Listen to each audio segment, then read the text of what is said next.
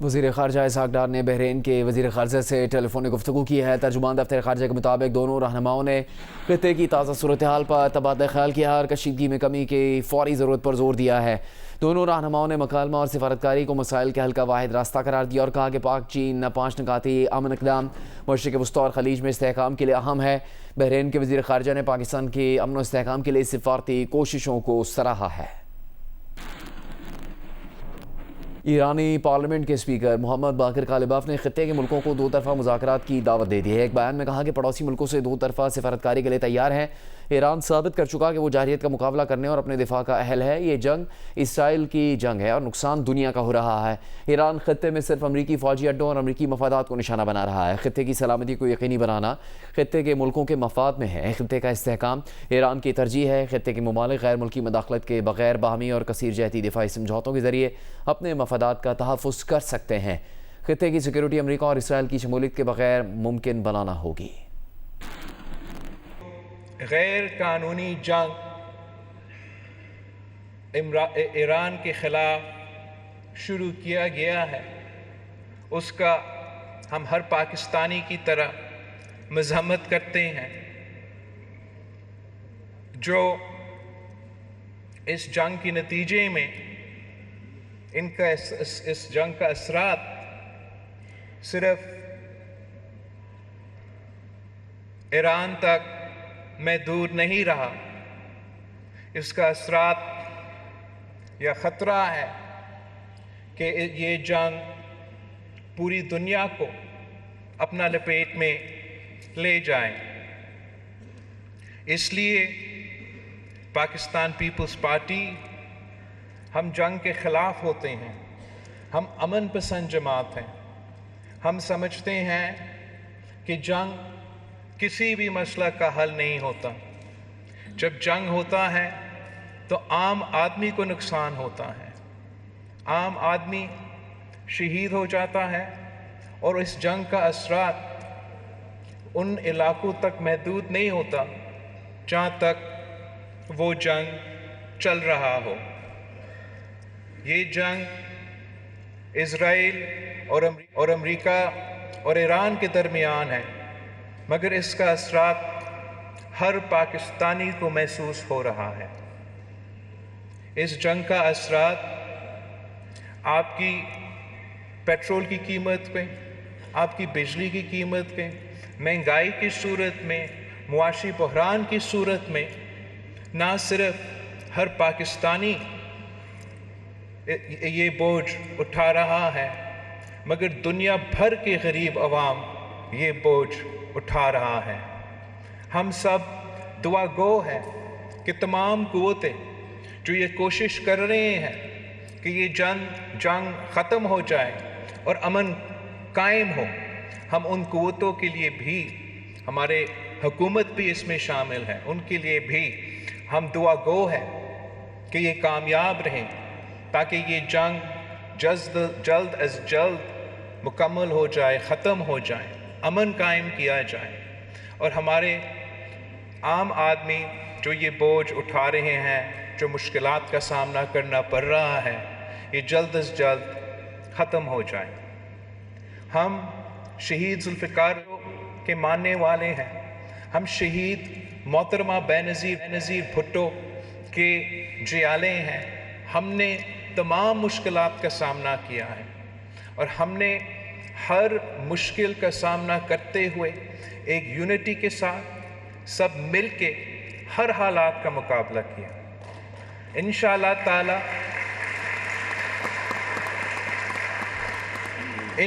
تعالی ہم ان حالات کا بھی مقابلہ کر کے دکھائیں گے۔ کچھ قوتوں ایسے ہیں،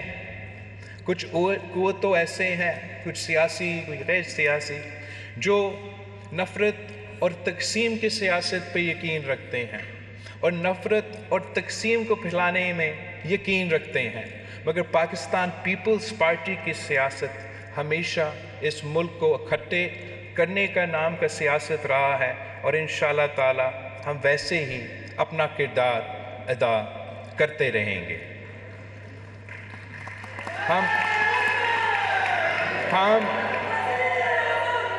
ہم ساتھ ساتھ آج قائد عوام شہید ذوالفقار علی بھٹو کے شکر گزار ہیں کہ قائد عوام شہید ذوالفقار علی بھٹو نے پاکستان کی اٹامک پروگرام کی بنیاد رکھا، اور اس اٹامک پروگرام کی وجہ سے آج تک قائد عوام شہید ذوالفقار علی بھٹو اپنا دیا ہوا اٹامک پروگرام کی وجہ سے وہ آج تک قائد عوام پاکستان کا دفاع کر رہا ہے۔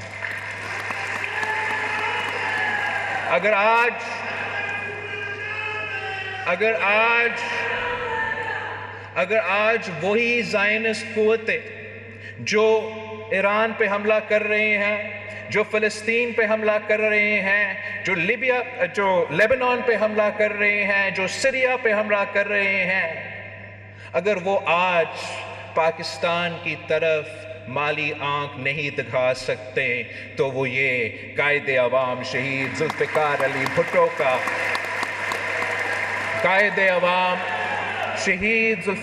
علی بھٹو کا دیا ہوا اٹامک بام کی وجہ سے۔ اور ہم یہ بھی جانتے ہیں، اور قائد عوام بھی جانتا تھا، کہ اس بام کی بنیاد رکھنا، پاکستان کو ایٹم بام کا تحفہ دینا کا قیمت اس کو شہادت کی صورت میں اس کا سامنا کرنا پڑتا،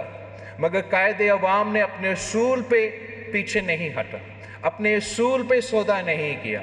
قیمت اگر شہادت بھی ہو، وہ شہادت قبول ہے، مگر قائد عوام شہید ذوالفقار علی بھٹو نے مسلم امہ کو اٹامک طاقت دلوایا۔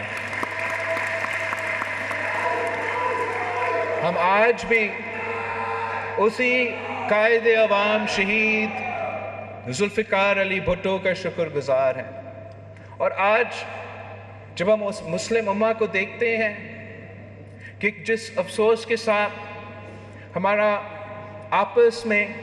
مسلم ممالک کا تقسیم ہے، تب بھی ہم شہید ذوالفقار علی بھٹو کو یاد کرتے ہیں کہ جب قائد عوام شہید ذوالفقار علی بھٹو اس ملک کا وزیر اعظم تھا، وہ نہ صرف پاکستان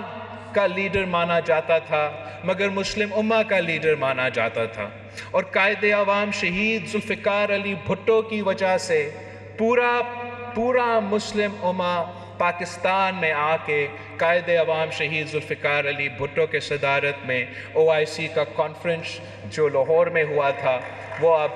تاریخ کا حصہ ہے۔ کاش قائد عوام شہید ذوالفقار علی بھٹو کا وہی سوچ اور وہی سیاست آج نہ صرف پاکستان میں موجود ہوتا مگر عالمی سطح پہ موجود ہوتا۔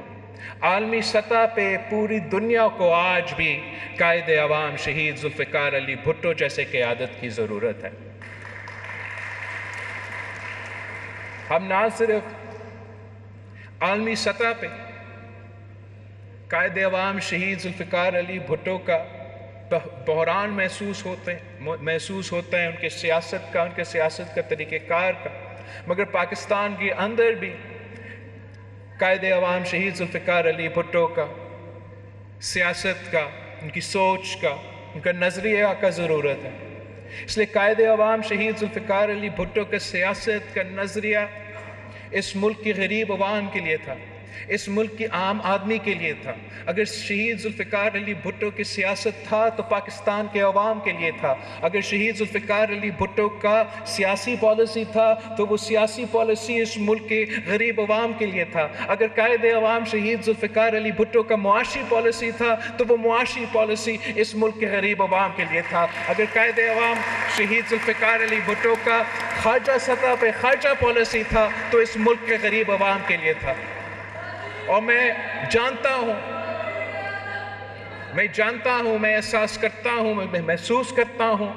کہ جس مشکل میں اس وقت پاکستان کے عوام جس مشکل سے گزر رہے ہیں، خاص طور پہ جو معاشی اثرات ہونے کا خطرہ ہے، شاید اتنا مشکل ہم نے پاکستان کی تاریخ میں نہیں دیکھا۔ اور اس مشکل وقت میں اس مشکل وقت میں پاکستان کے عوام یہ جانتے ہیں کہ یہ جو جنگ ہے یہ پاکستان کا قصور نہیں ہے. پاکستان کے عوام یہ جانتے ہیں کہ جو قوتیں یہ جنگ چھیڑ رہے ہیں ان کے ارادے کیا ہیں، اور پاکستان کے عوام جانتے ہیں کہ اس جنگ کے نتیجے میں یہ معاشی مشکلات کا سامنا کر رہے ہیں. اور پاکستان کے عوام یہ سننا چاہتے ہیں کہ جہاں بین الاقوامی سطح پر پاکستان میں، ہمارے خطے میں یہ مشکلات ہیں،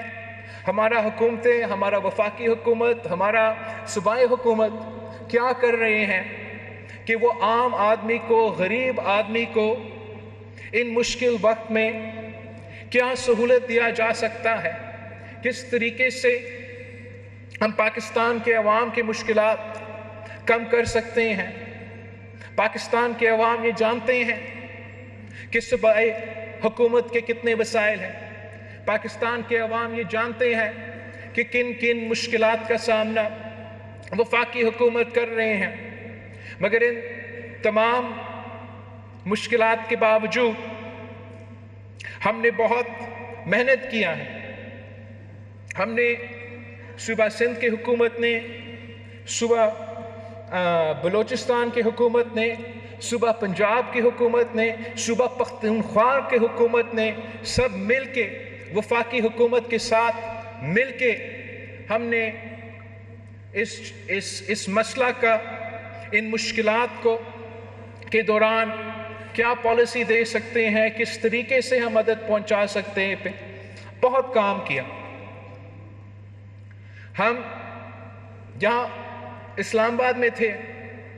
عید کے موقع پہ، اسلام آباد میں نہیں، لڑکانہ میں، نودیرو میں عید کے موقع پہ اسلام آباد والے آئے تھے، ہمارے وفاقی وزیر آئے تھے، اور انہوں نے آ کے جو بریفنگ دی، کم از کم میرا عید تو خراب کر دیا. انہوں نے ہمیں بتایا کہ جب سے یہ جنگ شروع ہوا ہے اور مارچ کے مہینے کے اند تک وفاقی حکومت نے ایک بلینکٹ پیٹرول سبسڈی دیا ہے تاکہ جو دنیا بھر میں مہنگائی کا مسئلہ ہے وہ پاکستان کے عوام کو کسی طریقے سے اس مشکل میں کمی ہو. مگر مارچ کے اینڈ تک، مطلب اپریل کے شروع ہونے سے، جیسے اپریل شروع ہوتے تو ان کے پاس وہ گنجائش نہیں کہ یہ سبسڈی جاری ہو، اور اس صورت میں ایک وقت میں ہمارے پیٹرول کی قیمت، ڈیزل کی قیمت میں تاریخی اضافہ ہونا تھا. اور پریشان تو اس لیے ہوئے کہ اس تاریخی اضافہ کے ساتھ ساتھ جو مہنگائی میں کمی ہو رہا تھا، اسی مہنگائی میں تاریخی اضافہ کا آغاز ہونا تھا، جس کا بوجھ ایک بار پھر پاکستان کی عام آدمی، پاکستان کی غریب عوام کو اٹھانا تھا. اس صورت میں ہمارا کوشش یہ تھا، ہمارا درخواست یہ تھا کہ اگر یہ ممکن نہیں کہ یہ سبسڈی جاری نہیں رہ سکتے تو کیا کیا جا سکتا ہے،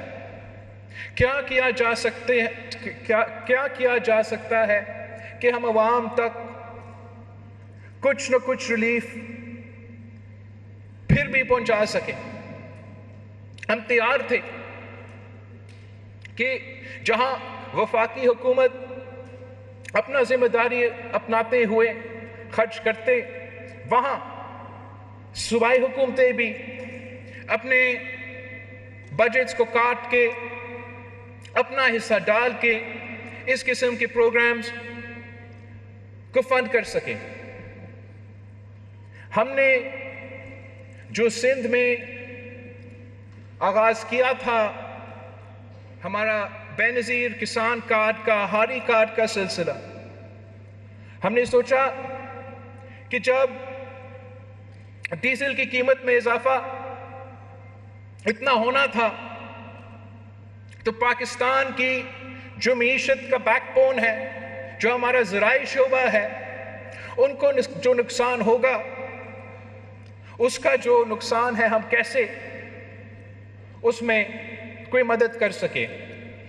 تو یہ فیصلہ کیا گیا کہ ہم اپنے پیسے سے جو چھوٹا کسان ہے ان کو معاشی مدد دیا جائے گا اس کارڈ کے تھرو، تاکہ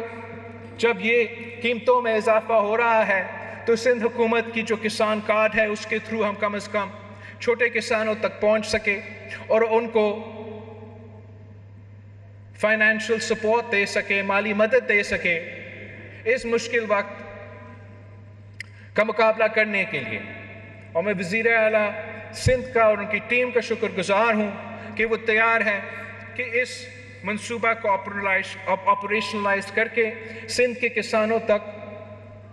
مدد پہنچایا جائے۔ ساتھ ساتھ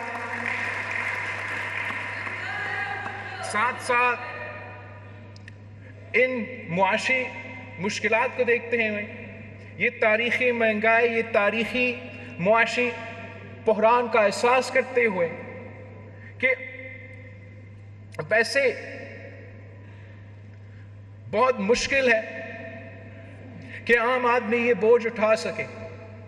نہ ہی وفاقی حکومت یا کسی کے پاس وہ وسائل موجود ہیں کہ وہ جو بلینکٹ سبسڈی پہلے دیا جا رہا تھا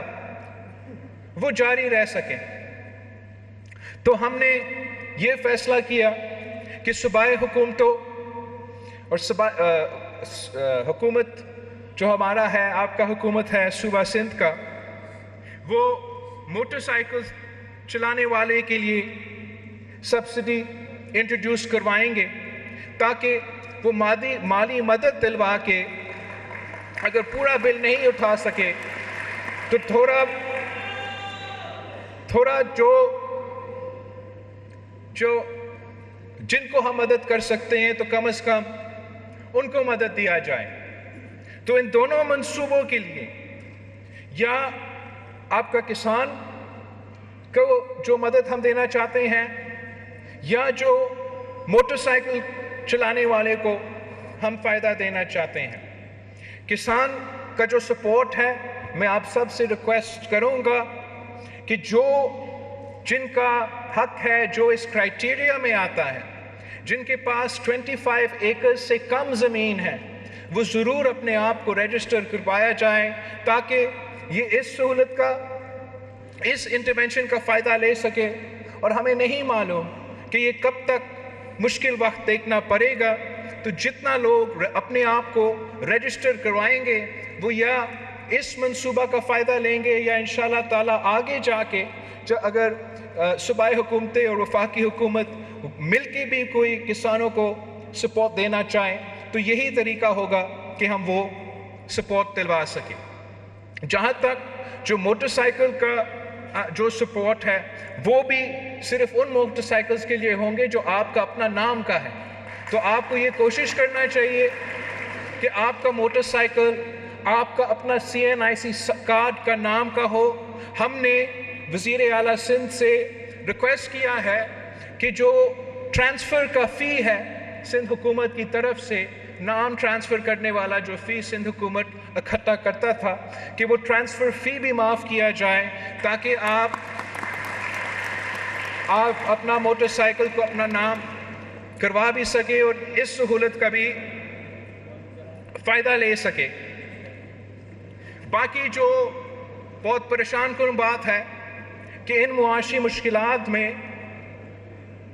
جو ٹرانسپورٹ کا سہولت ہے وہ عام آدمی کے پہنچ سے باہر ہو جائے گا، اور جتنا ہی مہنگائی میں اضافہ ہوگا اتنا ہی زیادہ مشکل یہ چیلنج ہوتا رہے گا۔ تو صوبہ سندھ نے یہ فیصلہ کیا